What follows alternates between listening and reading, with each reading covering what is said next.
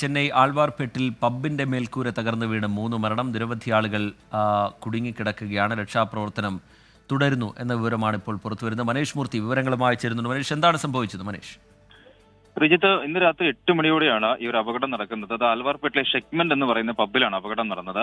3 പേർ മാത്രമേ അതിനകത്ത് കുടുങ്ങിയിട്ടുള്ളൂ എന്നുള്ളതാണ് പോലീസ് ഇപ്പോൾ പറയുന്നത്. കാരണം നേരത്തെ തന്നെ 8 മണിയോട് കൂടി നടന്ന അപകടമാണ്. അപ്പോൾ നേരത്തെ തന്നെ ഈ പറഞ്ഞ രീതിയിലുള്ള സുരക്ഷാ ക്രമീകരണം അല്ലെങ്കിൽ രക്ഷാപ്രവർത്തനങ്ങളെല്ലാം തന്നെ നേരത്തെ തന്നെ ആരംഭിച്ചിരുന്നു. അപ്പോൾ അല്പസമയം മുമ്പ് പോലീസ് നൽകിയ വിവരം എന്ന് പറയുന്നത് 3 പേർ മാത്രമാണ് അതിനകത്ത് കുടുങ്ങിക്കിടന്നിരുന്നത് എന്നുള്ളതാണ് അവിടുത്തെ മാനേജ്മെന്റ് അറിയിക്കുന്നത്. എന്തായാലും അതിൽ 2 പേരുടെ മരണം സ്ഥിരീകരിച്ചിരിക്കുന്നു.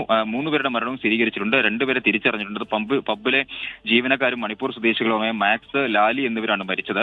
മരിച്ച 3ാമത്തെ ആളെ എന്തായാലും തിരിച്ചറിഞ്ഞിട്ടില്ല. ഇന്നിപ്പോൾ IPL നടക്കുന്നത് കൊണ്ട് തന്നെ ധാരാളം ആളുകൾ, നാളെ അവധി ദിവസമാണ്, അതുകൊണ്ട് തന്നെ ധാരാളം ആളുകൾ പബ്ബിൽ ഉണ്ടായിരുന്നു എന്നുള്ളതാണ് മനസ്സിലാക്കാൻ സാധിക്കുന്നത്. ഇതിനിടെയാണ് ഏകദേശം 8 മണിയോട് കൂടി മേൽക്കൂര പൂർണ്ണമായും തന്നെ ഈ പബ്ബിലെ ഈ ആളുകൾ ഉണ്ടായിരുന്ന ആളുകളുടെ ദേഹത്തേക്ക് പതിക്കുകയായിരുന്നു. അങ്ങനെയാണ് എന്തായാലും അപകടം ഉണ്ടായിട്ടുള്ളത്.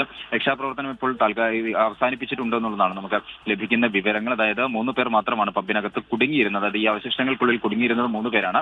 ബാക്കി എല്ലാവരെയും തന്നെ രക്ഷപ്പെടുത്തിയിട്ടുണ്ട് എന്നുള്ളതാണ് പോലീസും ഇപ്പോൾ അറിയിക്കുന്നത്.